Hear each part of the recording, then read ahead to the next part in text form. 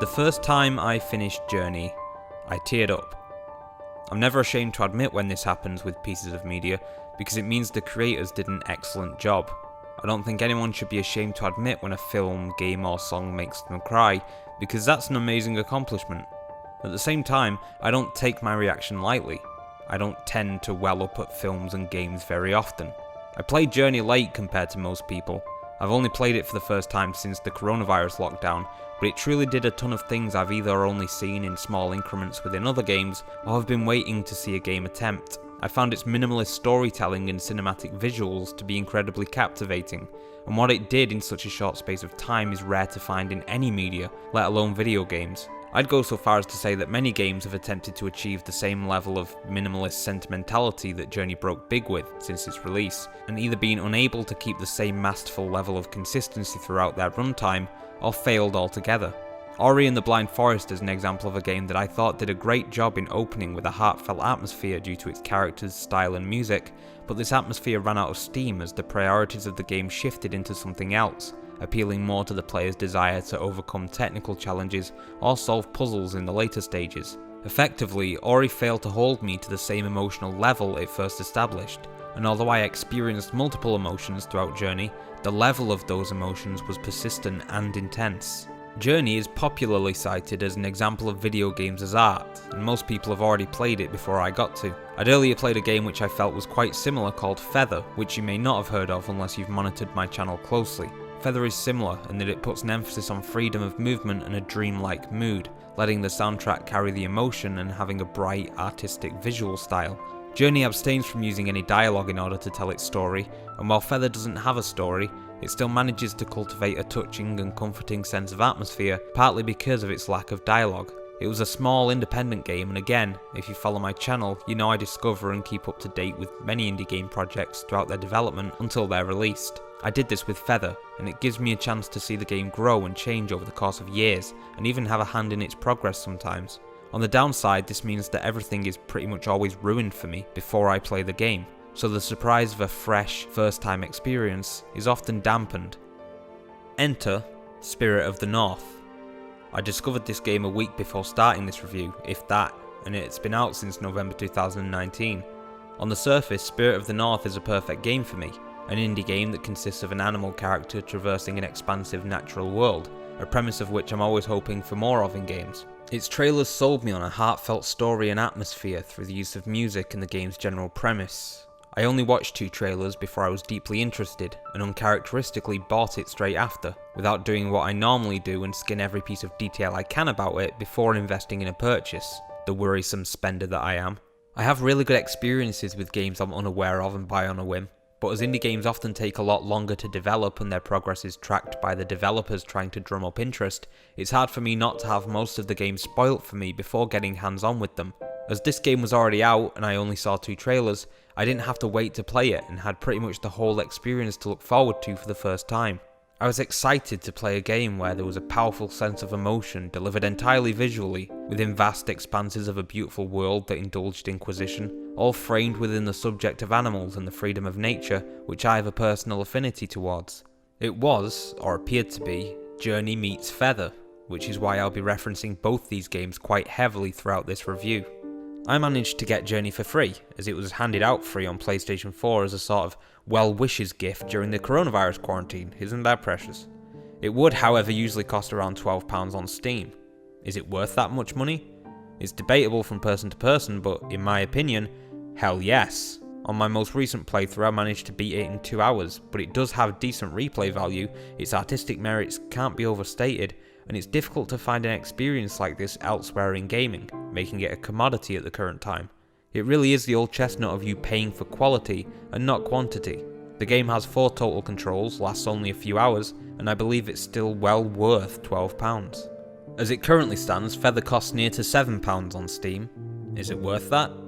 In my opinion, hell yes. It is, however, much less a game and more of a relaxation simulator. The game is a fixed location island that you can fly around, full of points of interest, like nodes which you can use to interact with the soundtrack, or hidden spots to find unique things in. But I can see why some people might think paying that price for a game that essentially doesn't have a goal is quite a lot. That being said, it's entirely down to the person, and although I don't get to play it as much as I would like in terms of relaxation time, it again is made with emotionality in mind, and I'd argue that it's similarly artistic in the same manner as Journey, just more along the lines of mood and method as opposed to story and world design. Spirit of the North is currently around £15 on Steam. Is it worth it? It's certainly the most conventional of the bunch, it runs the longest in terms of initial playtime, and it's the most polished looking, multi-controlled, and detailed of the games I've mentioned. But is it worth it? In my opinion, no. Or at least, I'm not sure. After my initial play of the game, I was left gravely disappointed. Despite being a quality experience in many aspects, there were so many problems I had with the game once my initial time with it was done, that the total value of that experience was brought down for me and its price tag brought into question. The reason I highlighted Journey's playtime and replayability is to set a precedent that I do not believe total hours played necessarily equates to value for money. An 8-hour game can be well worth £40, even more than a 90-hour game, provided the quality of that 8-hour experience accounts for that price tag. However, I still believe that the bulk of an experience usually correlates to its quality, and length or size is an area directly intertwined with bulk. If someone charged £10 for a single baked potato, that baked potato could be the absolute best potato you've ever eaten. But I don't think there's ever a precedent where the taste, the quality, is the only factor of that experience. For £10, you'd want more on your plate than a baked potato. The portion would have to be bigger. So despite how much quality might be gleaned from an experience, the ability to retain interest by staying fresh and giving purpose to its length is directly related to the size of its cost. This is of course a big part in selling any piece of product, and why Journey sells not for £10, not for £15, but for £12. That's how much the publishers have designated the runtime and the content within to be worth. Here I'll be explaining how Spirit of the North doesn't flesh out its runtime and enjoyability enough to earn its value. Normally when reviewing something, even if it were quite similar, I would try to refrain from comparing a game or film against another game or film too often or too closely, as I would want to review whatever I'm looking at on its own merits and treat it as something that can be individually analysed. However, Spirit of the North seems to lend itself so much from Journey, both in its concepts and its intended reception, that I feel it's not only fair to compare them, but frankly necessary. However, these comparative observations will lead to an eventual look at how Spirit of the North works as an individual piece, so rest assured that my overall opinions on the game won't be rested entirely on how it compares to Journey.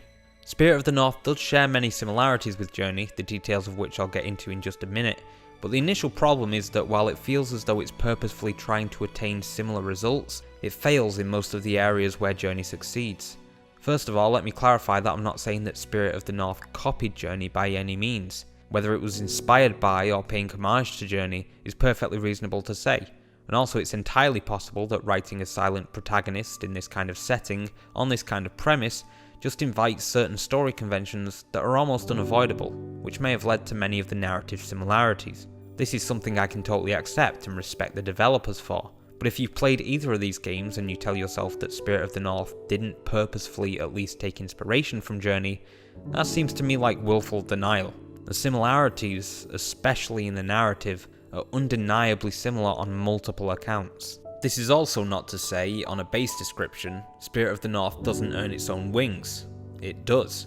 In fact, if Spirit of the North hadn't developed enough differences for me to form an entirely different opinion on it, I wouldn't be making this video. Journey's essential story is that you take the role of a cloaked traveller. At the start of the game, you enter a vast desert with not much to do but walk. Your goal is made immediately clear with the view of a distant peak, which you'll be making a pilgrimage to. This is the journey. Throughout the game, you gain the upgradable ability to add extra layers of cloth to a growing scarf, which can be powered up in segments, giving you the ability to jump consecutively. The more notches on the scarf, the more jumps you can make without falling, until it's so long you can basically fly, which will aid you in your effort to reach the peak of the mountain. Along the way, you encounter world-building elements such as cloth creatures that power up your scarf, and destructive robotic leviathans that destroy anything harnessing this power of light that your scarf and these creatures run on. An ecosystem is established here, and with it, a sense of the world. You also discover these pictorial murals that uncover the history of this place, the origins of the character you play as and their society, and what happened before you stepped into the character. And that's basically the game. Enter the desert, travel through the world, and reach the top of the mountain. Spirit of the North has similarities at its core, but framed under a different light. You play as a fox that discovers a different spirit fox within an icy cave. The spirit fox leads you to what seems to be some kind of rot or infection that then makes your fox sick and puts you on the verge of death. After attempting to lead you back to safety and failing, the spirit fox lends its power to you, becoming an orb that then helps you perform new spirit-based abilities that you'll upgrade over the course of the game to navigate growing obstacles. Almost from the very start, you're pointed into the direction of a mountain from which the origin of the toxic infection is spewing across the land, and this mountain will grow closer within your peripheral as you journey towards it over the course of the game. You travel across the land using spirit powers to light up monoliths that help you progress, freeing the ghosts of a past civilization destroyed by the rot or volcanic spew, and dispelling points where this rot gathers. You'll learn more about this civilization and your placement in the world through pictorial murals carved into the stones throughout the land. You eventually make your way inside the mountain and make your way to the top, where your fox and the spirit fox help each other to close the mountain and destroy the spread of toxicity around the environment. As I said, Spirit of the North does earn its own level of personality for many artistic choices as well as the points of the actual gameplay. Each game looks and sounds and feels all its own, but even in these initial premises, clear similarities shine through. The point of both games is to journey across vast lands to reach the top of a mountain, which constantly grows closer in your view as you reach the goal. There's zero dialogue, and the story and history of this world is told exclusively through wall murals that you have to light up using your powers. Your abilities are limited to whether or not your character has an essence of light with them, which you can refuel from flora or fauna across the world. You can activate elements around the world using a call button, which gives a small call when tapped and a loud call when held in, which by the way is even the same button on a controller. Story beats are similar. Both games have the moment near the climax where your character slows to a crawl due to being overwhelmed by the negative essence of the world, either frost or rot, and then enters a spiritual state where the power becomes unlimited.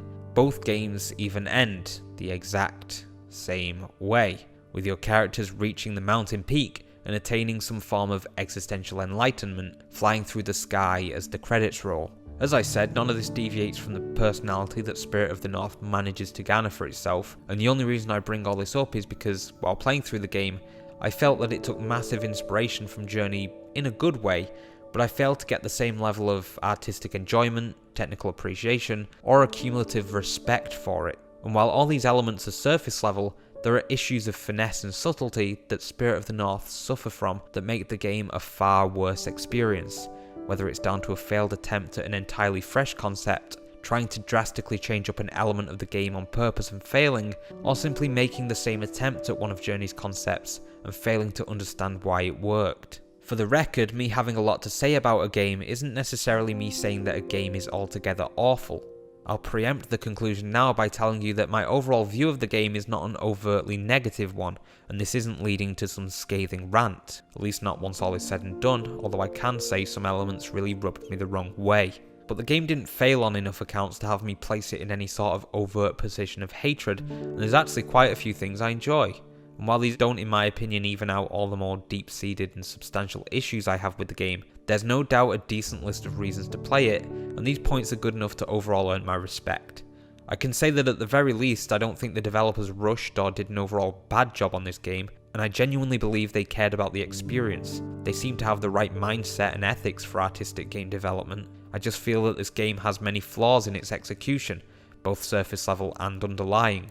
As I've done with previous reviews, I'd like to counterbalance any negatives with acknowledgement of the positives, so I'll first talk about what I enjoyed.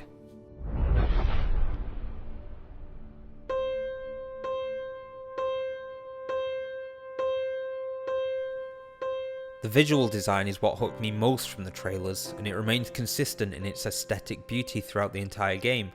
While I was disappointed by the minimal amount of snowy mountain environments that I've seen in the trailers, I realise in hindsight the trailers didn't really show that much of this kind of location, so I have only myself to blame for expecting more of it, as the snowy areas of the mountain take up only one or so chapters. You might think I expected this because I had Journey on the mind, and Journey has a lot of frost and snow imagery itself, but I actually hadn't played Journey for a couple of months when I started this game, and promised myself I wouldn't play it again until I was done with Spirit. I started noticing similarities about a third of the way through and wanted any connections to come purely and organically, so that it didn't seem like I was looking for excuses to compare the two games. In fact, I had no intention of comparing them or writing this review when I started Spirit of the North, and any connection I made came unexpected, yet strong enough to invoke a comparison. I will say that one of my first issues with the game was a lack of visual finesse from what I was expecting. There are many instances where it's rough around the edges and could have used polishing up. While this is an indie game and I wasn't expecting the same level of graphic detail as in a AAA release, the initial aesthetic of the game sells a level of realism that a few minor areas aren't able to uphold. I was particularly disappointed with the effort put into the snow tread that the fox creates upon starting the game. And yes, my graphics settings are ultra, so this is the best it gets. But I won't harp on this too harshly, as like I said, the snow section is minimal, and even if it were much more prevalent, it's really no indication of how good the game is. Besides, for much of the visual design, there's a massive amount of detail and artistry. I realise I've kicked off my positive segment with a point of negativity, but the only reason I'm able to notice this lesser area of quality is because the rest of the game attains an outstanding level of realism and beauty for an indie game, and upholds it pretty well throughout. Most of the game takes place in Icelandic-style open fields and lakes, speckled with early settlement structures like stone huts, cobbled broken walls, and monuments of worship and folklore. The detail on the stonework remains continually stunning, especially in the lighting department. These places do feel like ancient, breathing, open plains of nature. On top of this, the environments are quite varied despite being accumulatively uniform to the geography and story. While most of the game does take place in open fields, stone structures and dark caves, many areas have a narrative purpose or a unique element. There's multiple ways the zones are given a new lick of paint through the introduction of an environmental aspect or hazard, whether it's being engulfed by the toxic cloud of the mountain, reaching the higher peaks that pour with black sludge, or having the story setup exist in a series of murals that create a sort of history museum. The game also does a good job at guiding you, as these open areas have very clear locations of interest that will lead you to items of progression, so you'll always know where you need to head even if you're not sure of how to get there straight away. At points you have a literal guide to lead you where you need to go, such as the Spirit Fox in the early stages, and in the end game you're taken out of the directive areas and dropped into a genuine vast free roam area where there are statues placed around to help you return to story progression if you ever lose the trail. These are implemented really organically in the world, so despite being a useful tool, they also feel very natural to the location. It can be really hard to make a mechanic like that not just feel like a technical game element, and I really loved that. I'll talk more in depth about this area later on. The control is mostly good, at least in the early stages where your priority is exploration and freedom. I found one of the biggest issues to be wholly forgivable in terms of necessity, and that was the centre of gravity. On edges and small standing points it can be hard to turn the fox or aim yourself in the right direction of where you concisely want to jump. However, from the first time this issue was raised, I understood why. Your character is an animal on 4 legs, meaning its body is spread out and making its centre of gravity a different experience, and it would simply be impossible to create movement in the same way you would for an upright human character. It's comparable to controlling a horse in games like Red Dead Redemption or The Witcher. You'll unavoidably feel a difference in the movement.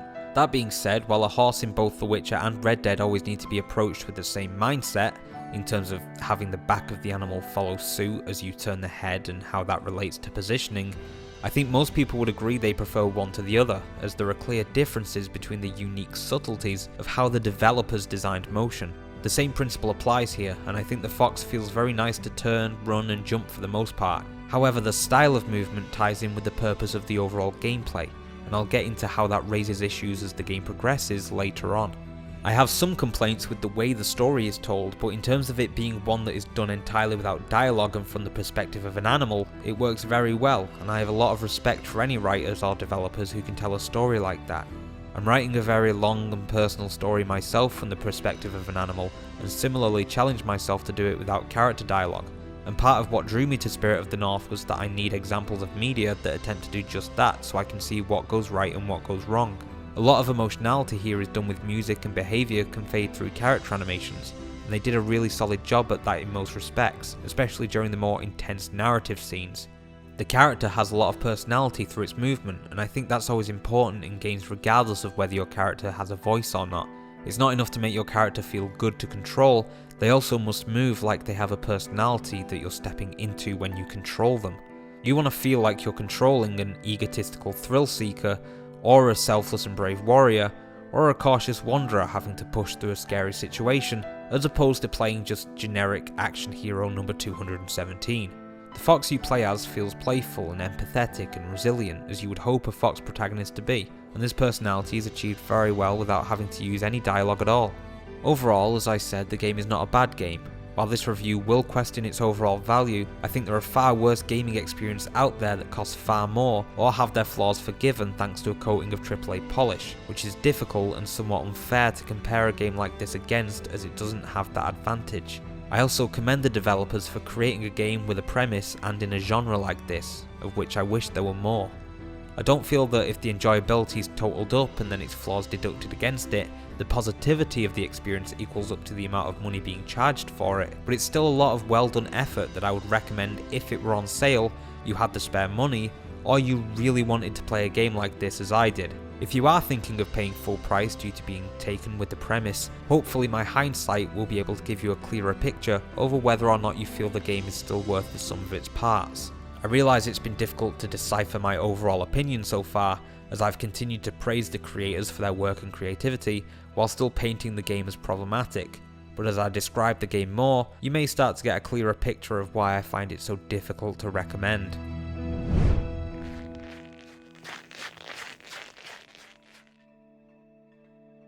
I'll firstly give some context to the gameplay by talking about the early chapters of the game and how they each establish the world, the story, and the tone.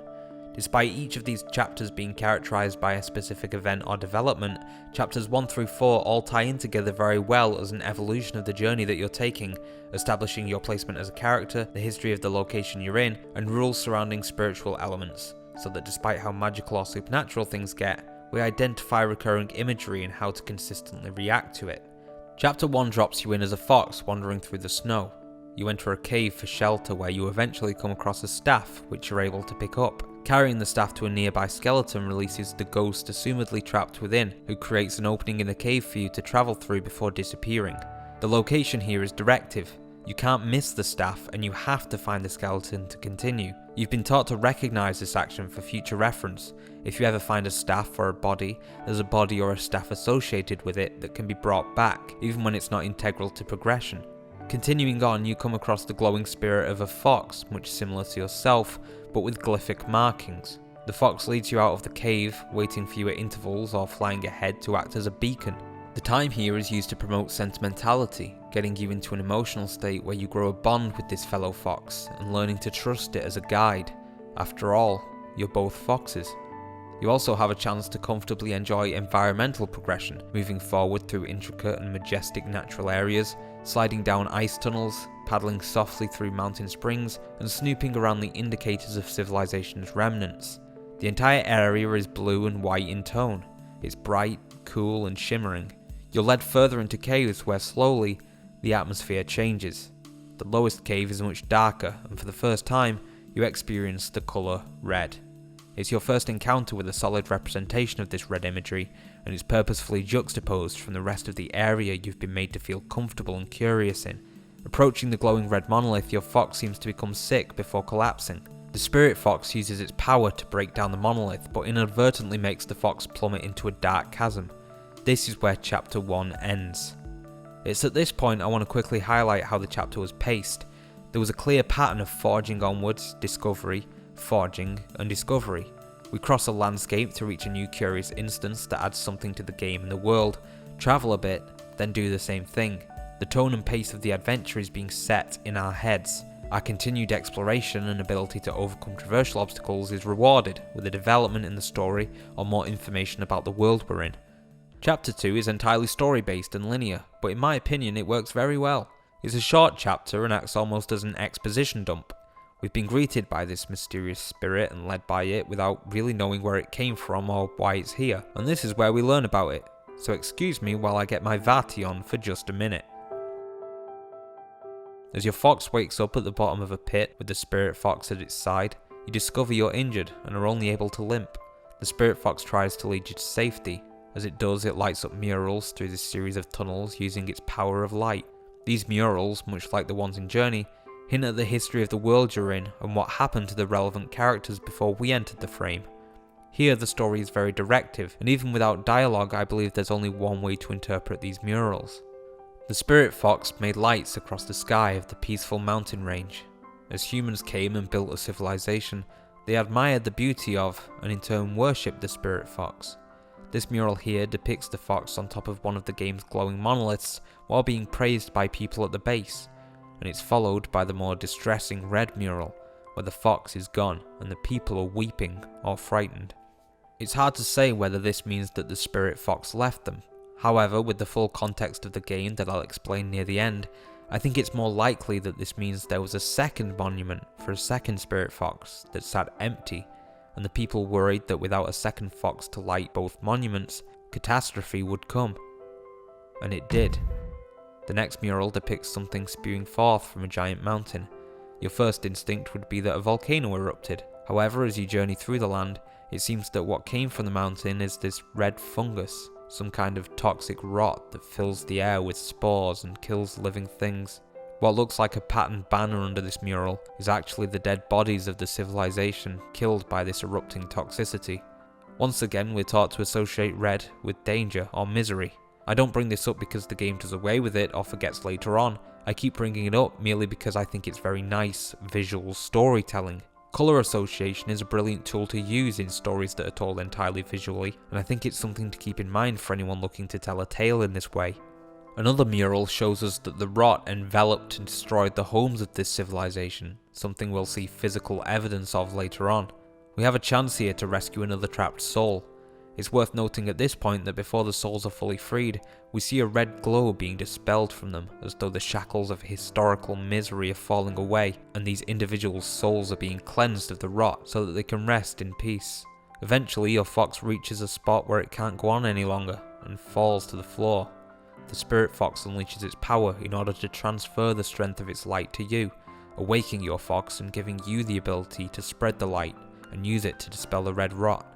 However, the soul of the spirit fox sticks with you as one last glowing ember, still acting as your guiding light.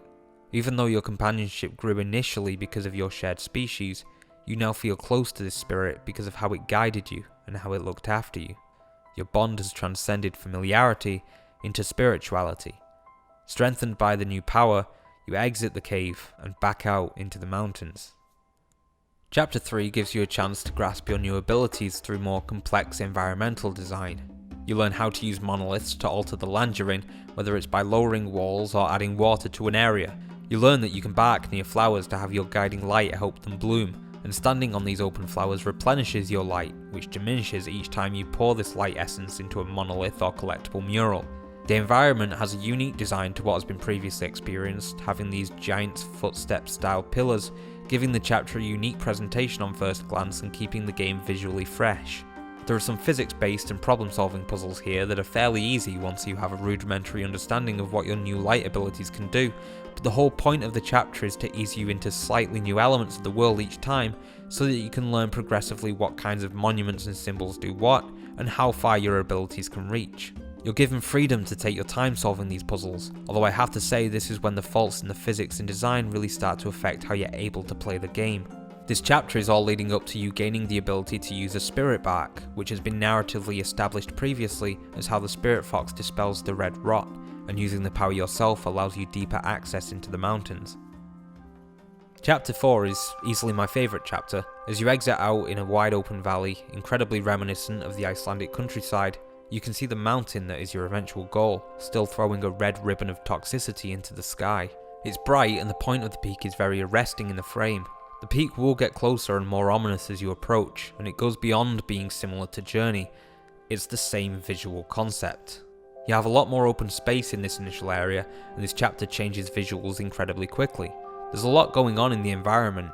You head from green pastures into dark caves, then discover man-made structures entirely shrouded in this red mist. The location you're heading into is where the mountain's red stream is hitting the ground, like a diseased rainbow, and the pot of gold is a decrepit castle caked in spores and weeds. At first I thought this might be the endgame, as the castle that you weave through ascends upwards, needing continually increasing puzzles to unlock. In some instances, these puzzles give extra information about the world, like these stone pillars that need to be rotated and matched in the same vein as some of Skyrim's dungeon puzzles. This is closer to the 1/3 mark of the game, and overall progress is more easily tracked by the amount of spirits you still have left to set free. As opposed to the opening chapter where bright blue locations held instances of oppressive red spots, the entire castle is engulfed in a dark red fog through which monoliths and murals of the blue light shine clearly, guiding you forward and back if you need to backtrack for collectibles like I did. The colour differential deepens as you journey further into the eye of the storm, where the red vein of the mountain lands down on the castle's summit. You grow more adept at destroying the red fungus and lighting monoliths, as doing so within the top turret opens a drain that whisks you down, away from the castle, out of the red mist, and closer to the mountain. This chapter is a lot less interspersed with story progression in terms of narrative events or cutscenes, but the visual aspects are utilised to create a sense of rising crisis, and without stopping the game or using direct communication. There's a sense of escalation in the story as you get your first glimpses at the harshness of the threat that this red infection presents. You also learn a new ability in this section in the form of a spirit walk, where you can temporarily project your ghost form in order to bypass certain walls and walk on water. The amount of times the game asks you to use this ability is sparse, and come only in specific places where using them would be fitting, such as getting deeper into the castle by first ghosting through a wall of vines. Once past, you can use the tools on the other side to dispel them, so it doesn't just feel like you're solving traversal puzzles, but using the powers given to you by the light to outperform and thus overcome the rot.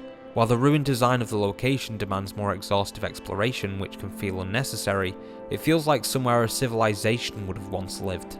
And any agility performance asked of you is minimal, consisting mostly of singular straight jumps, with only small punishments for clumsy footwork. The end of chapter 4 is about the halfway point of the game, and is the longest chapter so far, although due primarily to its twisting, rising environmental design. It finds a good balance between a game that must, because it's mostly silent, utilise traversal aspects in order to keep gameplay interesting, but also doesn't lose sight of the focus that the game is building towards, namely world building, visual storytelling, and creating empathy for non-human characters and past events. However, because it also demands more in the way of the game's control, it's also the moment the game truly becomes a cross-country adventure to save the world, as opposed to a small character story through caves and passages. This is where a lot of the niggling problems that were burning behind my ears in the first few chapters started to unfortunately come to light.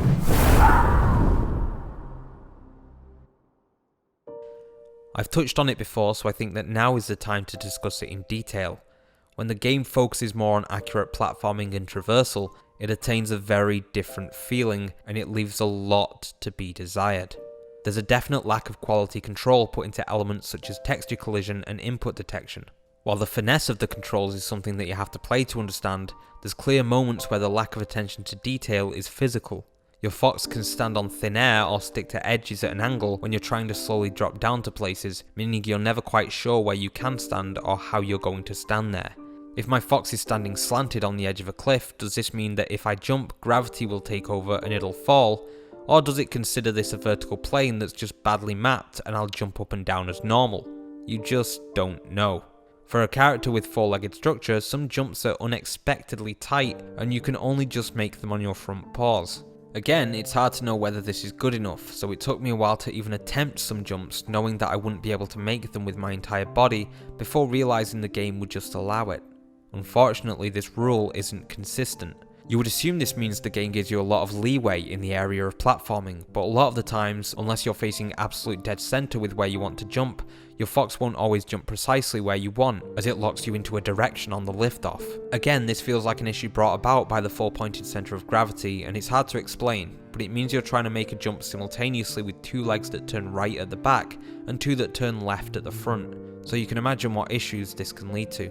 I do want to sort of forgive the game for this because, as I said earlier, it's an inevitable byproduct of the premise, with other games suffering from a similar fate, but I will suggest that maybe if that's the case, making precise jumps onto small platforms maybe isn't the best thing to include in a game with a quadrupedal player character.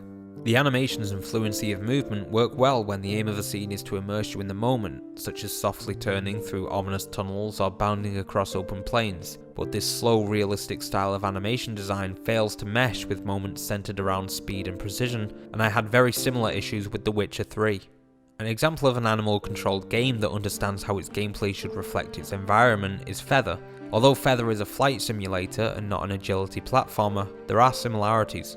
Much like Spirit of the North, Feather has some precise obstacles in its environment in the form of trees that you can twist through and caves you can narrowly fly down. The control here is built to complement the maneuvers needed to bypass these obstacles without stiffness or failure to do so on the first attempt, and the response to failure, namely being thrown back to your previous position, is a punishment suited to benefit the rest of the control scheme.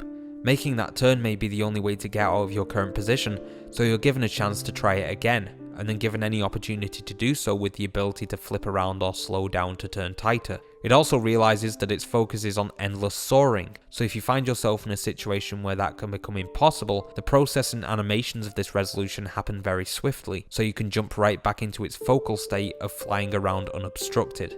While doing this, Feather still manages to be a relaxing and, in my opinion, sentimental experience, as the soundtrack is extensive and serene, its visuals dreamlike, and its essence as an animal simulator effective for the species of animal that it centres on. You really do feel like a bird flying around a solitary island at sunset. This is achieved by separating the controls and the design into two distinct purposes. Its emotional purpose is derived from the artistic direction and contextual premise, whereas its ease of play is the focus of its control scheme and interactability. This way, the tone of the world is never obstructed by the tone of the controls, as they're not awkwardly trying to mesh together regardless of if they clash or not. It isn't necessarily a bad thing that Spirit of the North tries to reflect its realistic animal and nature design in its controls as well, but I feel much of its gameplay design in terms of the world and the way you interact with it was built too much with the game's story and tone in mind, as opposed to the actual genre that the gameplay was trying to fit into. While the game is breathtaking to look at and cements its visual style with a warm colour palette and environmental design, the smoothness of these visuals leaves a lot to be desired. A lot of elemental textures look blotchy, and items that the fox interacts with clip through other items, specifically the staffs, which you're asked to carry through tight tunnels where they clip through the walls. This isn't game ruining, but I feel like the game found a great balance between artistic style and visual realism, and these moments where things don't operate quite properly remind you that you're playing a game. Other games like Journey and Feather do have soft collisions at times, but they also aim for a minimalist, almost polygonal texture style, and their focus is more on making their worlds look unrealistic and dreamlike due to their intense colours and a storybook aesthetic. Spirit of the North genuinely tries to achieve a look of realistic fidelity, your immersion of which doesn't stay consistent if that level of detail and effort also doesn't stay consistent. This is, however, still an indie game, and I bring this graphical quality up only for the purposes of covering all bases. I'd like to focus less on the point that an indie game has less quality control enough to suffer from this kind of clipping, and think it's much more telling that an independent game, despite the studio already being quite successful, is able to attain the level of fidelity that Spirit of the North often does. Weird thing to focus on, but there were moments where I stood and looked at a rock and thought, wow, look at that rock.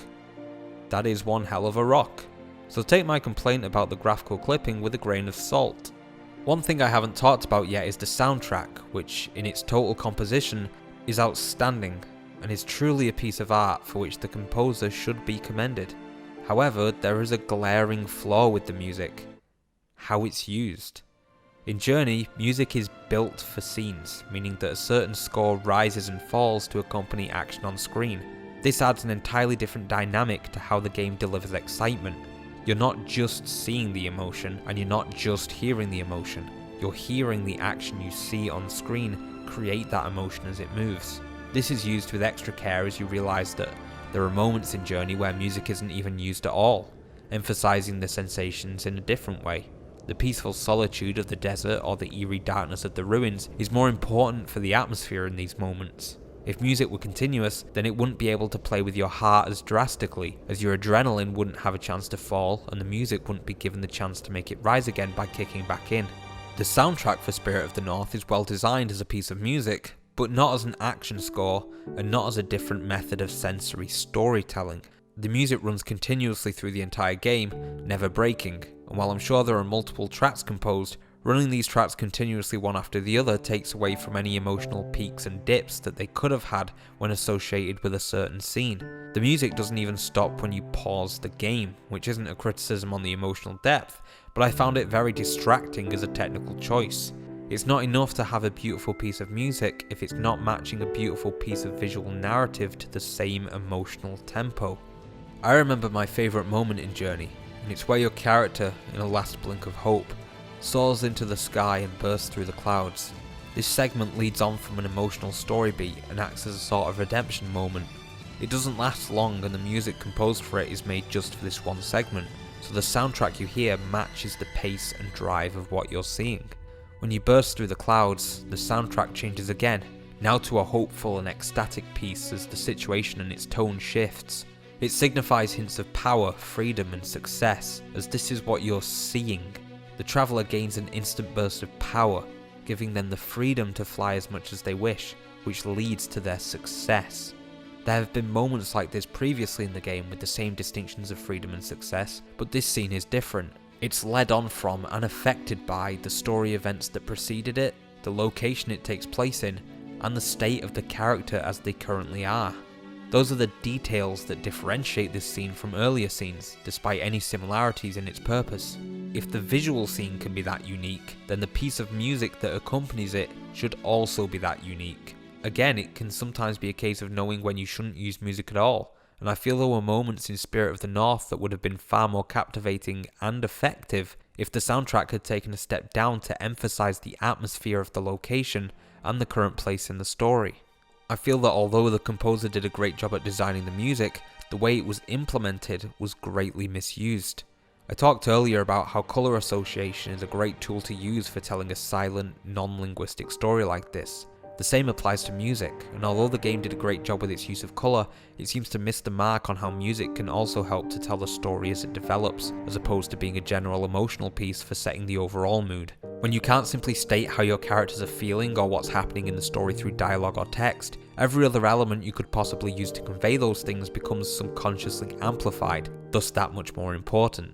As far as how much the game's moved me, I think this is one of the major reasons why I left Spirit of the North feeling simply as though the story was nice and sentimental, whereas Journey will genuinely stick with me for a long time for being such a moving piece of storytelling.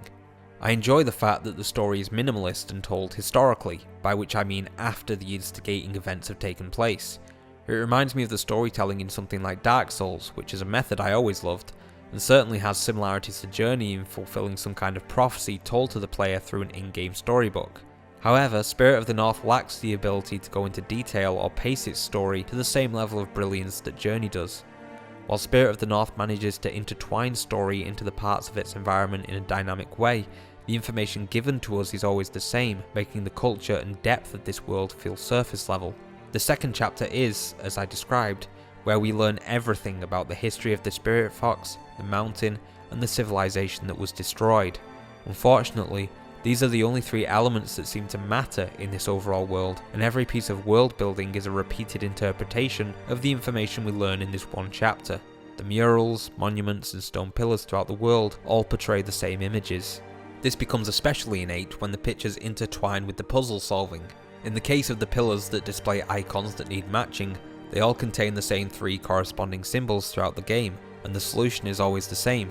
This makes pillars in later stages feel like barriers that unnecessarily lengthen the game, as opposed to introducing a new challenge while giving us further understanding of the lore. When you match a dead body to a spewing spore, it lets us know these spores killed the monks. Matching a fox to the mountain reminds us that the fox is a spirit of nature, and matching bricks to a builder re-explains how the humans built their homes.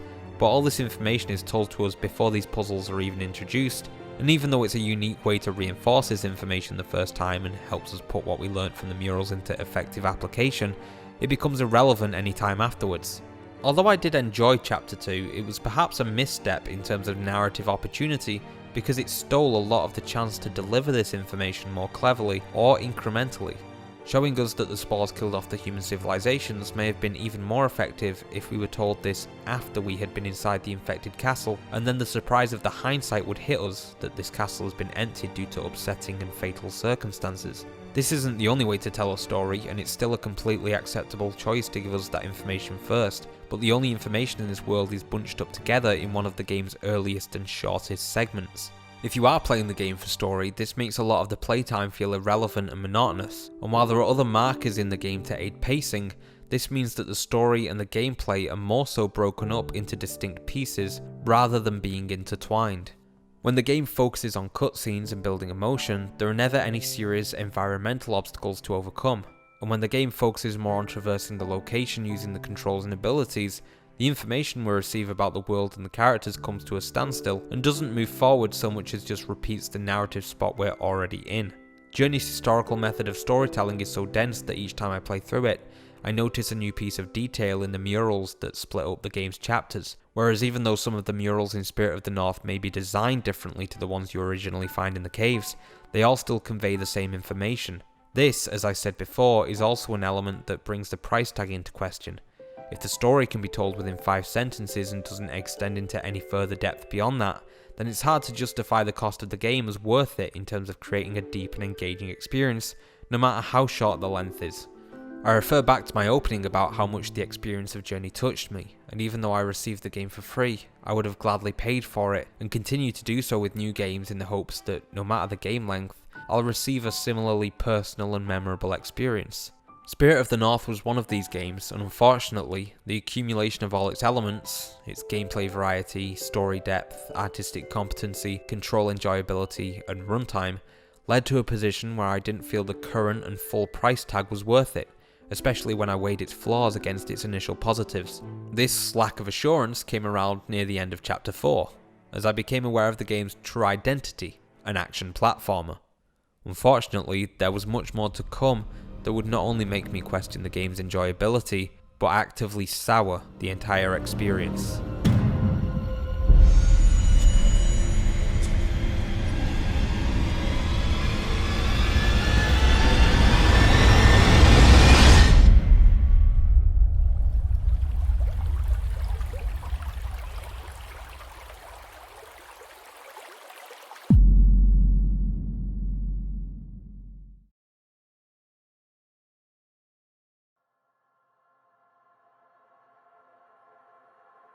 Chapter 5 is, without any sense of exaggeration, an unbearable and ugly experience.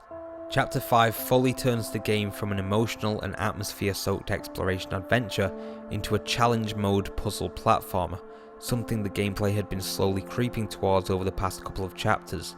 Here, the story and world take a back seat, making awkward jumps in succession and completing timer-switched door puzzles.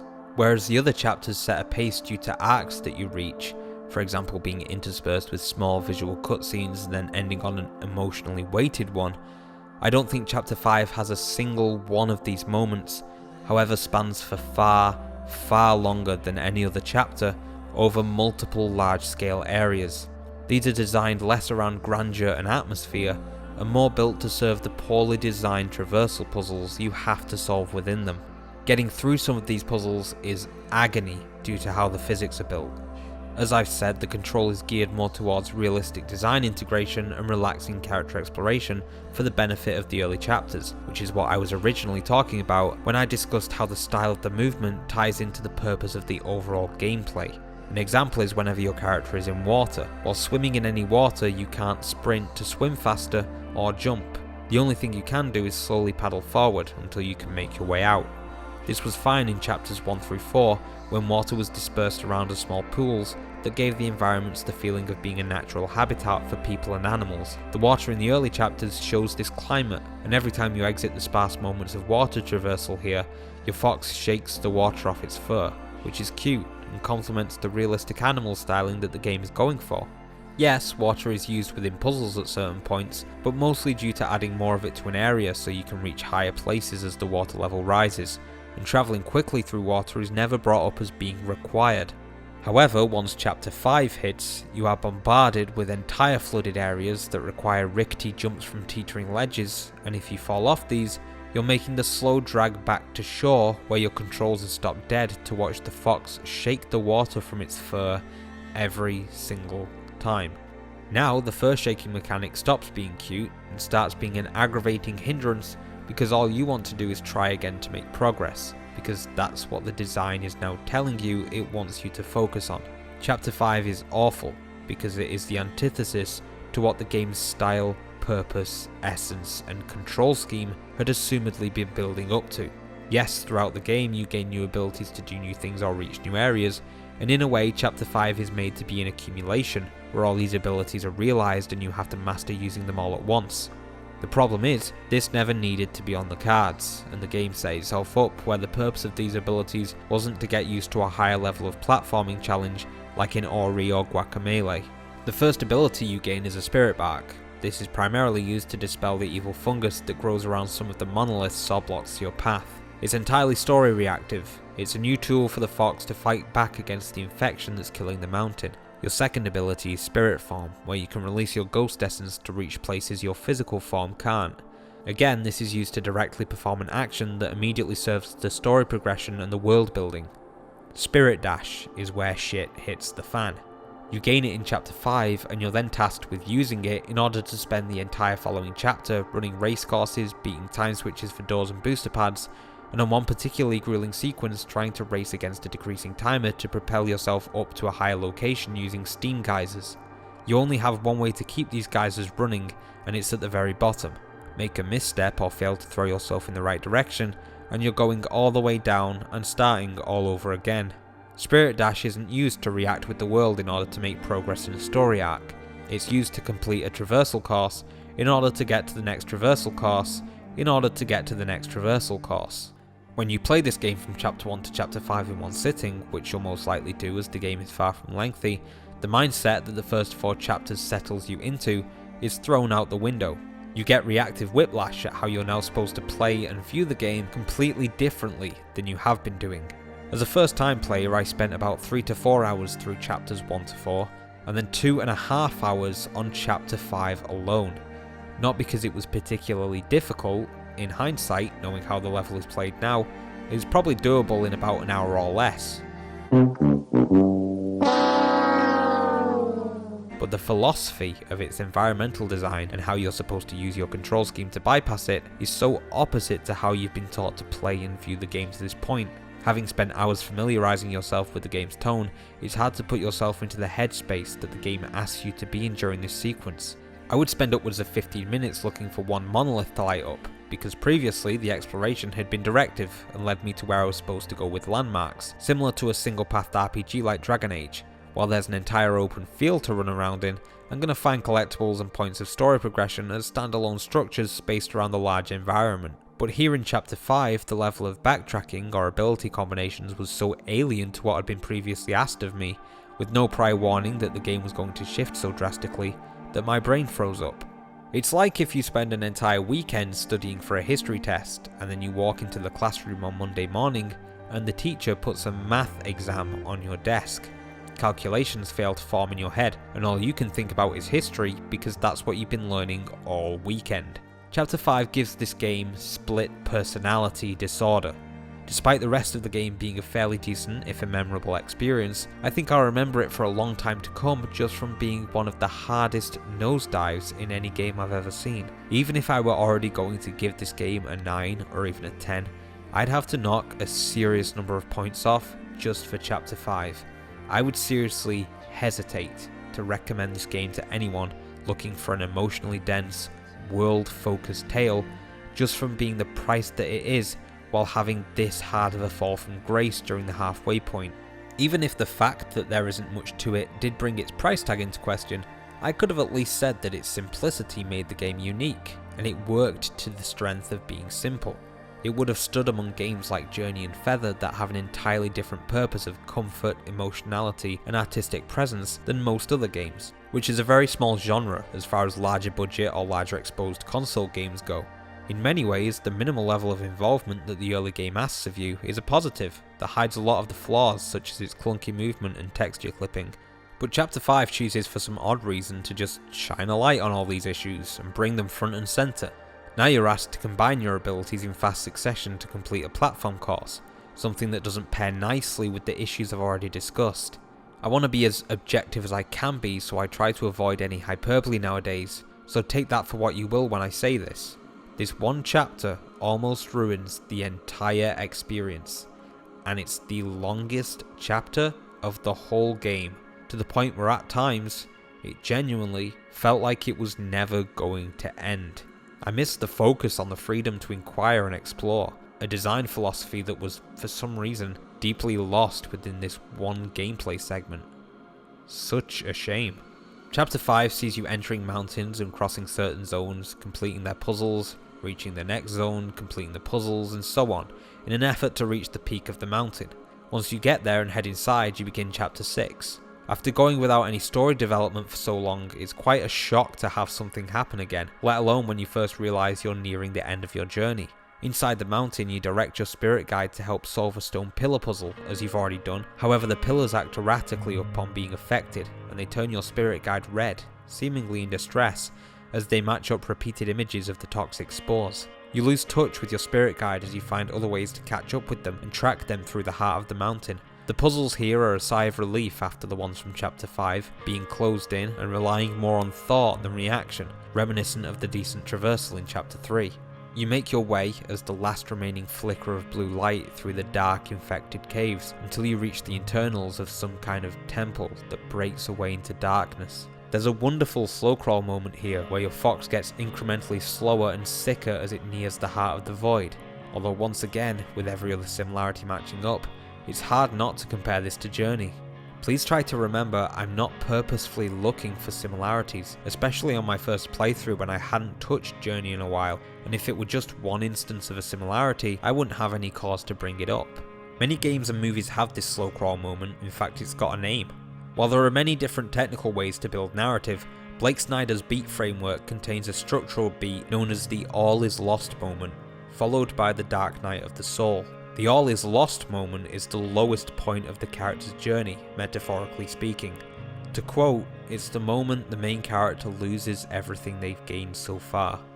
They've lost even more than if they'd never gone on the journey in the first place. At the all is lost moment, someone or something dies.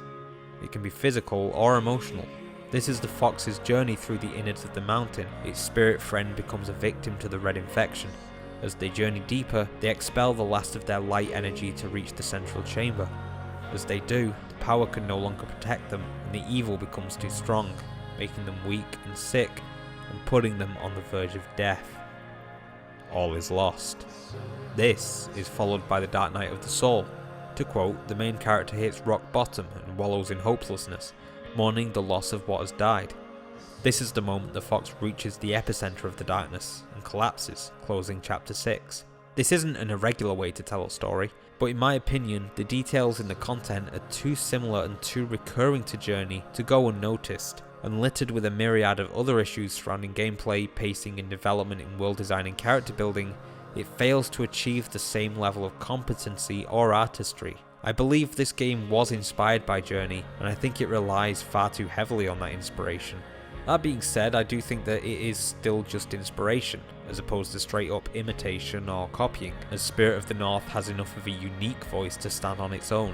Its ups and downs make it an interesting game as it interweaves between the two. Chapter 2, a heartfelt segment focusing on the densest part of its story, manages to do a good job at conveying it, while also hindering its overall potential presence in the game. The introduction of abilities help justify its price tag and add bulk to its context, without which it may seem too empty to be worth experiencing. However, their orientation in the game is flawed and clashes with its overall atmosphere. And at its most negative moment, where the gameplay seems almost impossible to enjoy and worthy of a refund, the game drops another twist into the mix. The Lost Night of the Soul concludes by stating, "You must fall completely before you can pick yourself back up and try again." Here, the main character's arc is complete, as they fully understand the truth they couldn't see when they set out on the journey. This new information functions as a catalyst that gives the main character a choice to end or complete the journey. In Spirit of the North, this moment happens at the close of Chapter 6. As the fox's body becomes too weak to go on, its spirit continues to push onwards on its adventure, past the mortal plane, and into Chapter 7.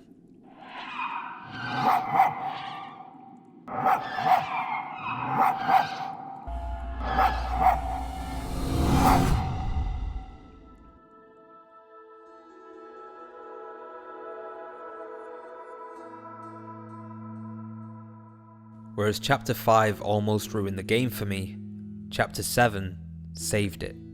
In it, the ghost of your own fox follows the last flicker of the spirit fox into an ethereal world, consisting of a fluorescent open forest. This place is large scale and beautifully immersive. You're given very little direction while being asked to do no traversal puzzles, making it a place you can just wander around and enjoy. At first I thought this was an endgame state. You couldn't beat the darkness, but reached the heart of the mountain to find the cause of the sickness in the real world, and in the end, left that world behind to find a natural haven, where you and your spirit guide can continue travelling and even past the ghosts of the monks that you freed. In reality, there is some direction to this place. Finding these fox statues and barking at them will guide your way using auroras in the sky. I thought this was a fantastic, lore-friendly way to implement guidance in the game, using lights in the sky that we know the spirit fox created. In fact, this adds new paradigms to the possible lore. Perhaps this was a legacy, where multiple spirit foxes over countless ages went through the same journey you did to become one of the 2 foxes in the world at any given time, and these statues were representations of all the foxes that had come before you and your mentor, guiding you on the same journey they had to take, to cleanse the world during their time. The area is wonderful to frolic around in. I didn't feel as though I were rushed or doing anything wrong. I eventually reached a monastery, which seemed to be an indication that I was reaching the end of my journey. I got lost trying to progress inside it and had to look up a guide to where the progression doorway was. The location leads you to this large tunnel adorned with 2 lit statues, when really you need to head into a dark door along a thin ledge at the back of the monastery. I wasn't the only one who apparently had this issue, so as a small gripe to this area, I think more forethought could have been put into how people interpret this design and how it leads the player directionally. Inside the monastery, you follow your guiding spirit into a central chamber, where it remanifests in fox form. It's clear now that the red tinge in the flying orb meant it had been infected, as the spirit foxes lay down sick, surrounded by the ghosts of monks. The central podium pulls its power from a circle of monoliths that stand lit, yet incomplete. As you use your power to light the remaining monoliths, a ritual begins that revives the spirit fox to its former self. The 2 of you then travel together back out into the forest, across a bridge of light. I like to think of this as you now gaining the ability to create the trails of light in the sky, just like the fox before you who had done so in the murals. You make your way back to your body and return to the physical world, with the spirit fox now alongside you. The darkness that had shrouded the area is now gone, and beyond the inner temple, you both make your way up to the final slope of the mountain, until you reach the summit. I talked earlier about my interpretation of the empty monolith and how I believed that was a separate one for a second fox. This is because at the summit of the mountain, there sits 3 objects of importance. One is a weight pedestal that sits empty. The other is a second pedestal occupied by the spirit fox's real slumbering body. Assumedly, their spirit had left it here to go find the partner they would need to sit on the second key. In the middle of these 2 buttons shows what they're needed for, a large stone obelisk carved into the shape of 2 foxes. The obelisk is split in half, leaving a gate from which the red ooze is flying out. When the spirit fox returns to its step and you stand on the second one, the key activates, bringing the 2 halves of the fox monument together. The statue seals whatever hole the rock was coming from, and the light of the 2 stone foxes is purified into blue, as they're both united. The red evil dispelled, the auroras created by the spirit fox return to the sky, and the 2 foxes fulfill their shared destiny to keep the mountain sealed. However, with the spirit passed on to your fox, their souls are free to go wherever they wish. Now, no longer alone, you're able to make new light trails, with the ability to control your fox as it flies through the night sky.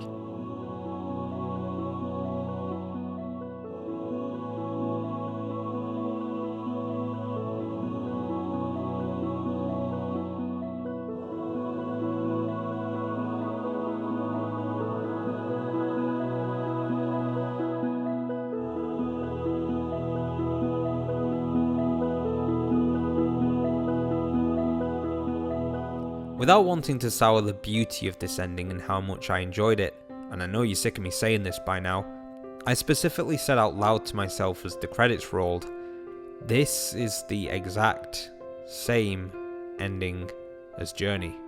You reach the very peak of the mountain where the game ends, and having completed their adventure, your character transcends their form and flies through the sky, while the credits roll.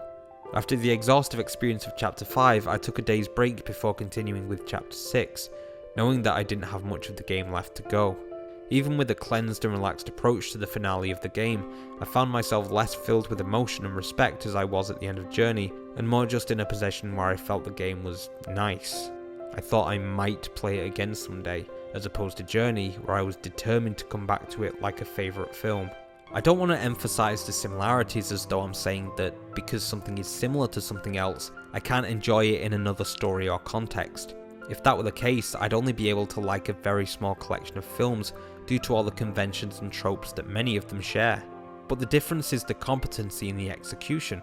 I don't think the way these moments were led up to in Spirit of the North made them as impactful in comparison. The ending is, in my opinion, still a very well done revival of the story elements that were introduced in the early chapters before being put on the back burner for the more gameplay involved ones. I do find it a shame that I'm able to classify certain chapters as being either made for story or made for gameplay, as opposed to being interwoven. I realise me casting narrative chapters in a positive light and control-oriented chapters in a negative one may make it seem as though I always have a preference for story over control. The truth is, my favourite games are ones that marry these two aspects closely together and do a great job at both. I genuinely feel that there are some moments in chapters 3 and 4, which I'll admit are gameplay focused chapters, that have some fun moments of using your abilities and deduction to overcome technical obstacles in the world, and as described, I especially like when control doesn't come to a dead halt just so story and character development can take over, but instead is adapted into the moment. The singular instance of this is chapter 4, where the escalation of your abilities and your worry over the threat increase as you play through the stage, until it culminates in you using your advanced abilities to destroy an advanced outreach of the infection. If this way of design was intentional, then it's honestly quite out of place how expertly structured this is. It's a rare instance of the story leading the gameplay mechanics and both sharing a united crescendo moment at the climax of the chapter. It's actually kind of brilliant. I think this is a much better way to move the story forward than the use of a cutscene or purpose-built narrative-only room, because it means your ability to move forward in the world is also the driving force for the story to continue moving forward, which is the whole point of the interaction element of video games. The ending is also another great example of this, and for a short while I didn't even realise it would be safe to step off the mountain and into the air. I believe the credits don't even start rolling until you do. If you get stuck and wonder what to do next, your first instinct is going to be to make your way back down the slope. However, the control locks you onto an invisible plane, so when you try to step out onto the outer slope, you instead just step into the air. You're absolutely guaranteed to figure this out for yourself using at least a basic level of common sense that would keep you from shutting off the console before trying anything else. The gameplay doesn't break once, or even give you any explicit hints that you're able to do this, making it a unique and brilliant surprise. I really enjoy the ending and chapter 4 in their use of letting you discover and feel new things while gameplay is still going on, letting the control be a vehicle to push the artistic elements as opposed to taking a back seat for them or vice versa. However, these moments are few and far between, and while the moments where the game heavily focuses on story are still interesting and beautiful, they have little in the way of actual interaction. Similarly, as I've already stated, when the game decides to throw its gameplay into the limelight, the lack of story development during these spots can make them drag on for longer or give them a lack of purpose, and this is even without adding any criticisms of the actual competency of the controls into consideration.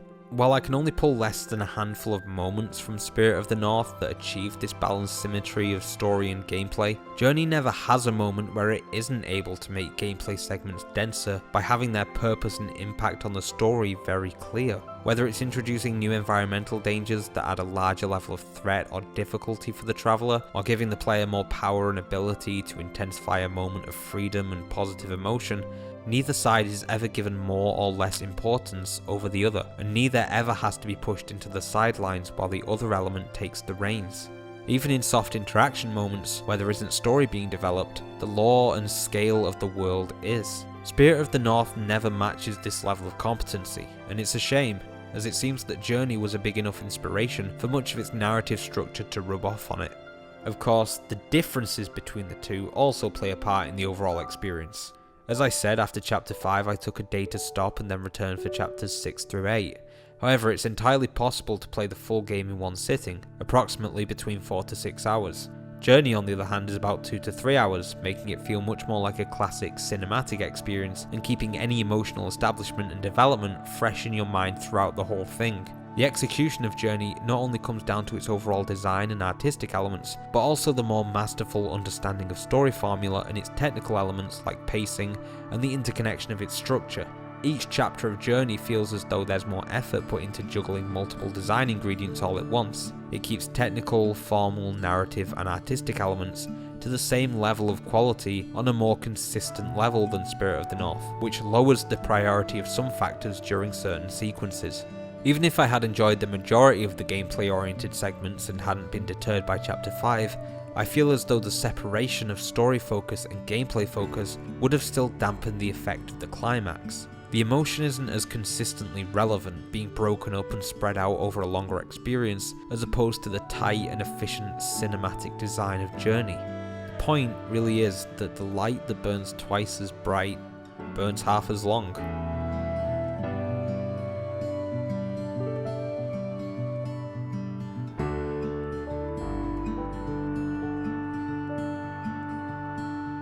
During the ending sequence, where you're free to fly around the sky, there's an invisible wall at the edge of the zone.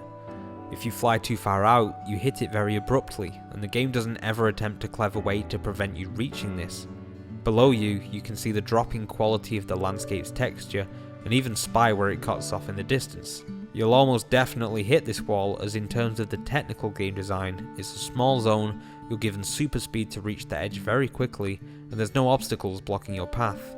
So it's very apparent when you reach the edge. This didn't spoil the moment, but it was the final minute of my initial playthrough, and a moment that perfectly embodied the entire experience.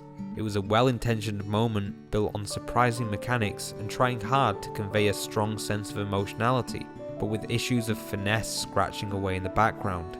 The sense of freedom and beauty that the art design was built on was tainted by an oversight in its technical execution. However, the lack of attention to detail doesn't feel like it stems from laziness or an absence of care, but from what felt like a humble level of inexperience in building these moments and sequences. Despite any shortcomings in the game, Spirit of the North feels genuinely as though the creators cared about what they were making, with any holes in technical design and emotional deliverance feeling like a failure to notice and in turn fix them. Spirit of the North is worth existing, especially for the modest duration that it runs for. I originally became interested in the game because it would provide me with something that I'd only found sparsely in other games. The feeling of stepping into the position of a free animal, like Feather, a cross-country expedition over varied and historically dense lands like in Dark Souls, and a sentimental tale that invoked emotion, not through conventional communication, but through the use of music, visuals and story design, as in Journey. Despite these conventions being shared by many games, these ones excel in their respective characteristics because they adapt them into an already strong and unique personality. However, Spirit of the North feels weaker in its ability to implement these mechanics in an independently recognizable way, and as a result, it feels weaker in its overall personality. Even though there are segments where its elements come together in a noticeably poor way, none of them are done fundamentally poorly.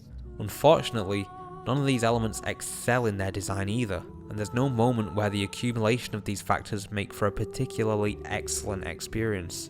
With this in mind, my concern over the price tag stands. While £15 is far from a hefty price tag, there are games with a similar price that are much more effective. Price generally doesn't concern me whenever I'm playing a game, but what does is when I feel like my time and money could have been better spent on a more worthwhile experience, and with that money back, I would have had more availability to potentially find one.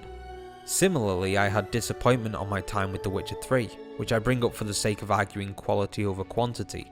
When I played it, I found over 150 hours worth of content in The Witcher 3, however my experience was frequently disturbed by reoccurring bugs, a shoddy attempt to polish certain technical mechanics, and while the overall story and world design was beautiful, there was difficulty pacing the interspersed and overarching narratives in a way that kept me truly invested.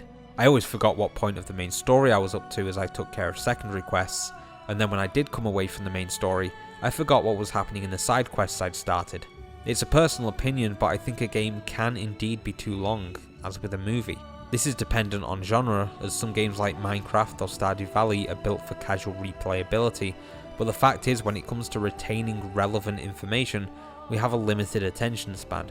The runtime of The Witcher 3 wasn't built to suit the content of its narrative. I've been much more confident in spending £50 on something like the South Park games or Prey, both of which are completable in a very short space of time, because of their superior ability to keep a consistent level of quality across all fields in a more well-suited time frame. Spirit of the North suffers from a similar problem, where there are distinct pacing issues and quality control issues that are emphasized when dragged out over an ill-fitting span of time. When totaled together, all the faults and lack of polish gave Spirit of the North a less professional presence in my eyes, which would make me doubt the credibility of any finished product, no matter the price. This is far from an awful game, but I felt compelled to discuss it in depth upon finishing it due to my disappointment. I feel a lot of potential in this concept, as well as a lot of the genres that Spirit of the North falls into, be it a story told without text or dialogue, games where you take control of an animal, or games that have a minimalist approach to goal progression. However, this concept is by no means rarely attempted. There's Lost Ember, which I haven't played yet and know nothing about, but its promotional imagery was immediately evocative of Spirit, as it features a canine being accompanied by a glowing orb of light. The First Tree is another game that features a fox protagonist, which I have bought and look forward to playing. If you don't mind the price or want to view the game entirely on your own credit in case you aren't affected by the same issues I was, then I think you can do a lot worse than Spirit of the North. At times, it's a genuinely beautiful endeavour. However, because of my own subjective experience, it's also hard for me to recommend it, especially for replayability. If you're one of the few that still haven't played Journey, you definitely should before buying Spirit of the North, as the most subpar attempts at similar emotional delivery may weaken your first time experiencing them in Journey.